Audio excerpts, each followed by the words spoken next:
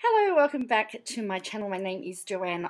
If you're new here, welcome to my channel members and my choir and my subs. Welcome back. Yes, I am doing a lot better, so thank you for all of those that have reached out to me, sent me some love. We'll see how I feel today. There may be a live stream tonight. However, in the meantime, we've got the first in-person quad meeting. What is the quad? So it features Scott Morrison, Joe Biden, Narendra Modi, and Yoshide Sugar. So we've got Australia, US, India, and Japan. Very interesting. Very interesting. So this is a meeting in Washington.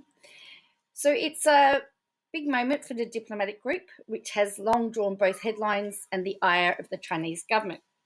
So what is the quad and what is its purpose? And what are these four countries trying to achieve? So it's a group of four nations that are intensifying cooperation and increasingly finding common grounds and aspirations. They're using the quad to try and coordinate their actions across a whole range of issues, from maritime security, COVID vaccinations, counter-terrorism cooperation, and supply chains for critical goods. The diplomatic initiative has a long and potted history. The Quad was first formed back in 2007. Then it collapsed as China's government, which was suspicious. The group was squarely aimed at curbing its rise, lodged angry objections with the four countries, but the underlying anxieties that inspired its creation persisted and intensified, and a decade later, the Quad was back. Officials from all four countries met quietly on the margins of the ASEAN meeting in 2007 and started to sketch out a new agenda for the group. So then things moved quickly. The foreign ministers from the four countries met, and then earlier this year, the leaders had their first ever meeting virtually. And now they're meeting again in Washington. So it's not all about China. So some of the things the Quad is working on has nothing to do with Beijing, and all four members tend to bridge a bridle slightly when it's framed as an anti-China coalition. For example, when the four leaders met earlier this year, their main focus was on laying out an ambitious plan to leverage their resources and skills to massively ramp up COVID vaccine distribution across the region. Ironically, Australia's vaccine rollout has been very poor, so I find that to be a bit ironic. But they do have some shared anxiety about China's dizzying rise. And there's some tension between Australia and China, and they're trying to fight back against a campaign of economic coercion orchestrated by Beijing, while India has been grappling with the Chinese incursions into disputed territory along its northern borders. Meanwhile, Japan is increasingly anxious about China's intensifying efforts to use its coast guard to assert its sovereignty over disputed Senkaku Islands, known as the Diaoyu Islands in China. I'm sorry, I messed those pronunciations up. So these anxieties aren't limited to military matters. They're also worried about China's dominance in a range of sensitive technologies and critical raw materials, and are looking to shore up their own supply chains for goods. The main aim is to try and exert more control over the rules, expectations, and realities which will govern the future of what all four countries call the Indo-Pacific region.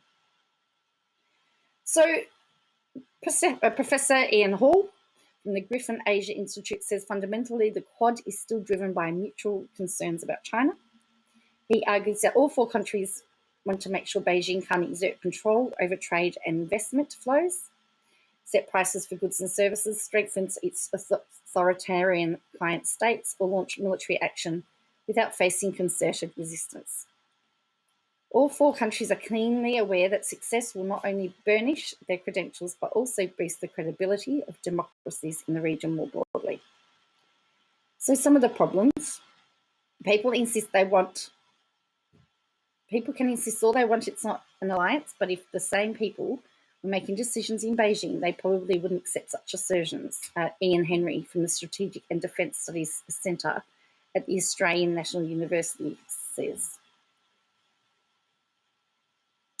While all four countries now have more common ground on China than they did a few years ago, Dr. Henry is convinced that their interests align closely enough for them to take collective military action unless Beijing embarks on a truly catastrophic military adventure. Dr. Henry also thinks the group's focus on China might actually scare off other regional countries, which might otherwise be happy to coordinate with the Quad on initiatives like disaster relief, cybersecurity, or COVID vaccines. So the COVID pandemic is high on the agenda, and the Quad's efforts to send more vaccines to the region will likely feature heavily, particularly following massive new commitments from the US and other countries. The four leaders are also expected to discuss terrorism and the best way to respond to the Taliban's takeover of Afghanistan, and of course, China.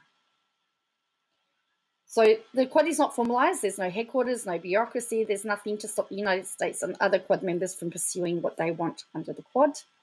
It's like a gentleman's agreement. So whatever strengths and limitations, the Quad seems here to stay. So question, what do you think about the Quad, the four nations? So it's a very, very interesting makeup of four nations. What do you think about the Quad, first of all? What do you think about the outcomes? Is it going to work? So I'd be really interested to hear what you think in the comments below. As you can see, again, I'm doing a lot better.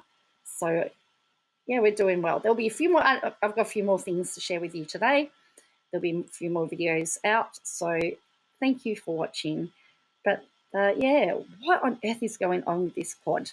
And where's the UK? Usually wherever Australia is. Australia usually goes to wherever the UK goes, really. But tell me what you think. There's also was a meeting between Boris Johnson and Scott Morrison over the Ashes cricket, because COVID at the moment could play a role in whether the England team comes out. And Boris Johnson wanted Scott Morrison to do everything he could to ensure that the cricket would go ahead. What do you think about that? Yeah, so tell me what you think about that. What do you think about the countries? It's a very diverse range of countries. What do you think about, their agenda? What do you think about the fact that Australia's vaccine rollout is still limited and they're talking about helping other countries? I think we should help other countries. But we still need to get our vaccines rollout good. Just my 2 cents worth. Anyway, tell me what you think in the comments below, and I look forward to seeing you again shortly.